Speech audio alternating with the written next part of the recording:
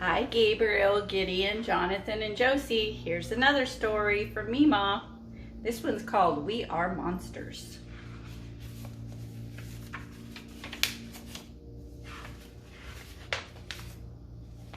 We are monsters. We're all monsters. Monsters are cool. We are monsters. Monsters rule. Look at the monsters are scaring these guys. We rule in forests. We rule in the streams. All they have to do is all the animals get afraid of them. They see a monster. We rule in caves. They're making the mouse all scared. Well, maybe not too scared. I don't think they look that scared. We rule in teams. They all are playing a game. Monsters rule. Basketball. We hide under rocks. Ooh, the monsters are under the rocks. We hide under trees. Ooh, these guys are walking. These squirrels are walking past the tree. And then once they walk past the tree, the monsters probably say boo. And they run off. They got scared. We take what we want. Looks like the monsters are taking cookies. And we never say please. Not very nice monsters, huh? But there's one thing that monsters dread. It's children hiding under their beds. Children can just say boo and the monsters scurry away. They're so scared.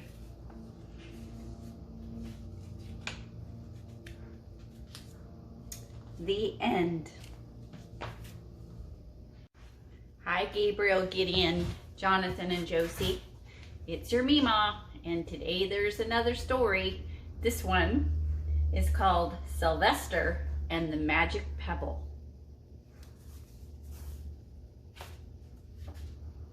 This used to be Merritt's when she was a little girl, which is probably who scribbled on it. I have a feeling it was Merritt who scribbled on this book. So if you see scribbles, you know they were your Aunt Merritt's. Sylvester Duncan lived with his mother and father at Acorn Road in Oatsdale.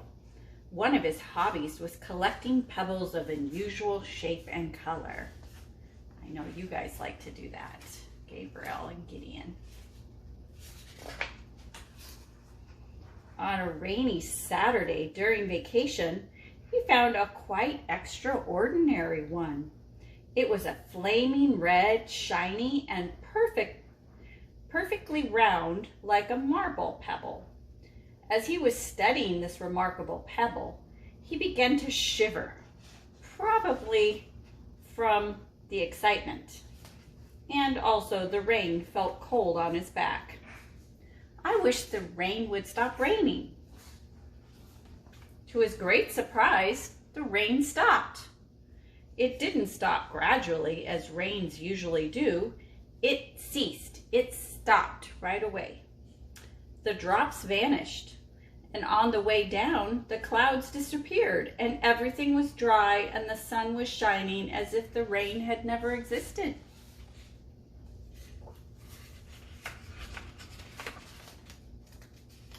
In all his young life, Sylvester had never had a wish gratified. That's a big word. He'd never had a wish given so quickly. It struck him that magic must be at work, and he guessed that the magic must be in the remarkable looking red pebble, where indeed it was. To make a test, he put the pebble on the ground and said, "I wish it would rain again."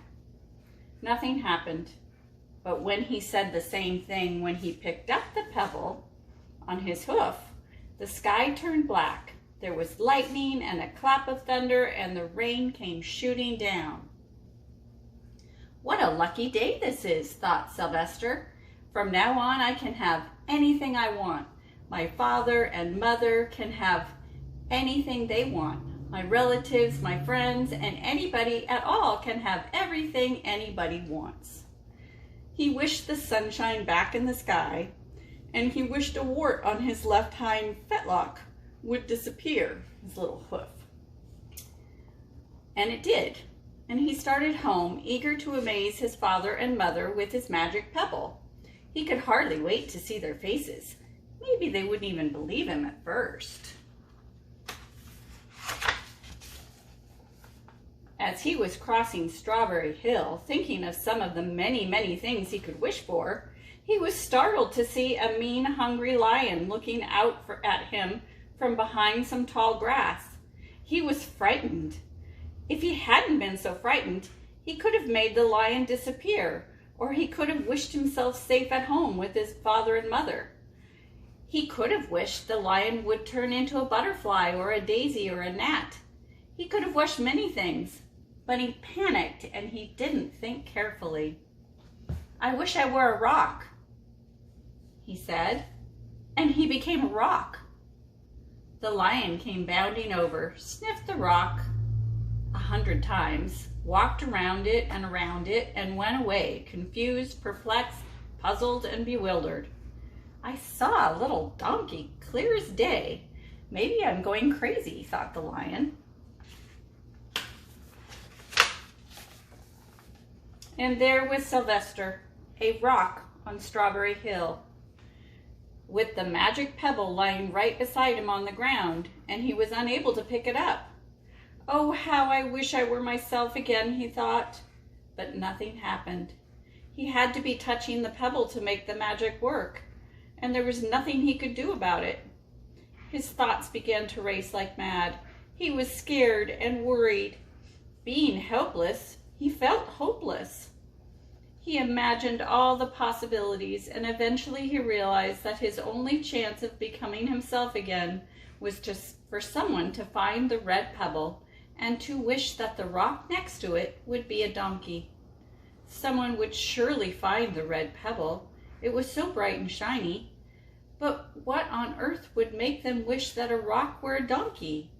The chance was 1,000,000,000 in 1 at best. Sylvester fell asleep. What else could he do? Night came with many stars. Meanwhile, back at home, Mr. and Mrs. Duncan paced the floor, frantic with worry. Sylvester had never come home later than dinner time. Where could he be?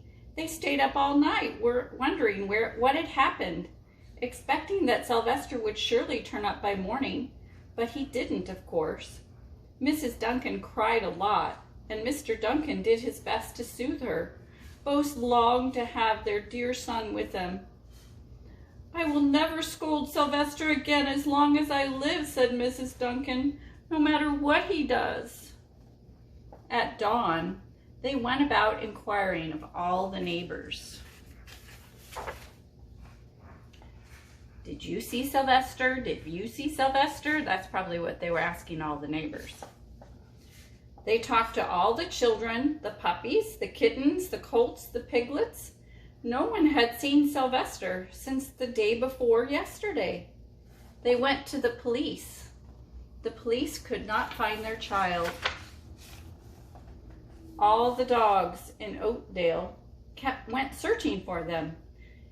They sniffed behind every rock and tree and blade of grass, in every nook and gully in the neighborhood and beyond, but found not a scent of him.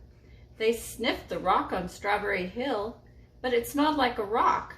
It didn't smell like Sylvester.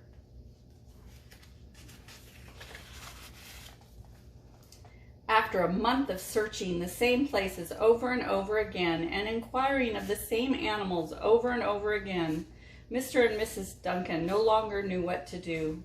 They concluded that something dreadful must have happened and that they would probably never see their son again, though all the time he was less than a mile away. They tried their best to be happy, to go about their usual ways, But their usual ways included Sylvester, and they were always reminded of him. They were miserable. Life had no meaning for them. Mommy and Daddy didn't look too happy, huh? Night followed day, and day followed night, over and over again. Sylvester on the hill woke up less and less often.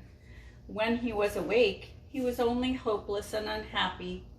He felt like he would be a rock forever, and he tried to get used to it. He went into an endless sleep. The days grew colder. Fall came with the leaves changing color. Then the leaves fell, and the grass bent to the ground. Then it was winter. The winds blew this way and that. It snowed. Mostly the animals stayed indoors, living on the food that they had stored up. One day a wolf sat on the rock.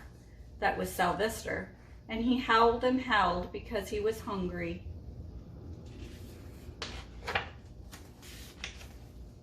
Then the snows melted. The earth warmed up in the spring, and sun and things budded. Leaves were on the trees again. Flowers showed their young faces.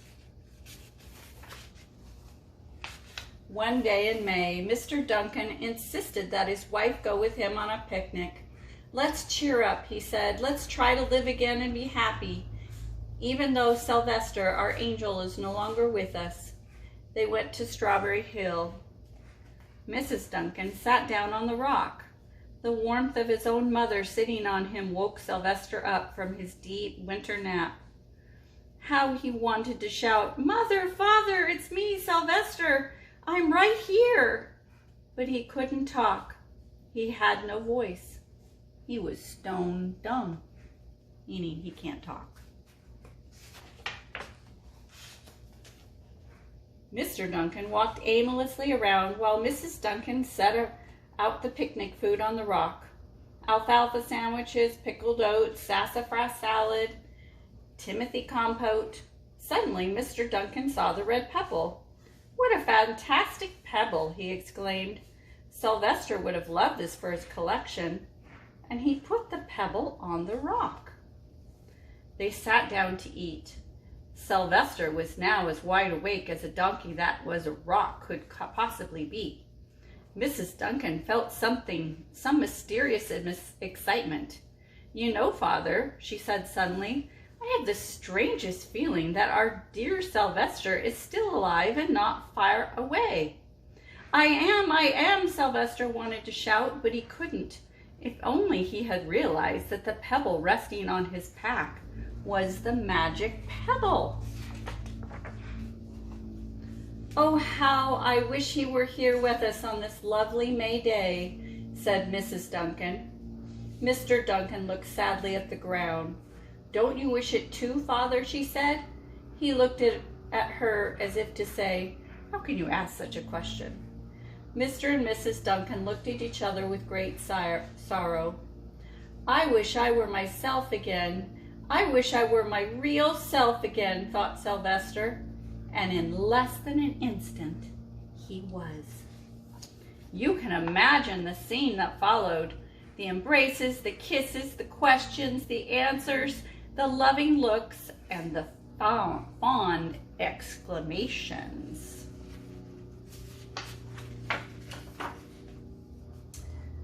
When they had eventually calmed down a bit and had gotten home, Mr. Duncan put the magic pebble in an iron safe. Someday they might want to use it, but really, for now, what more could they wish for? They had all that they wanted. The end.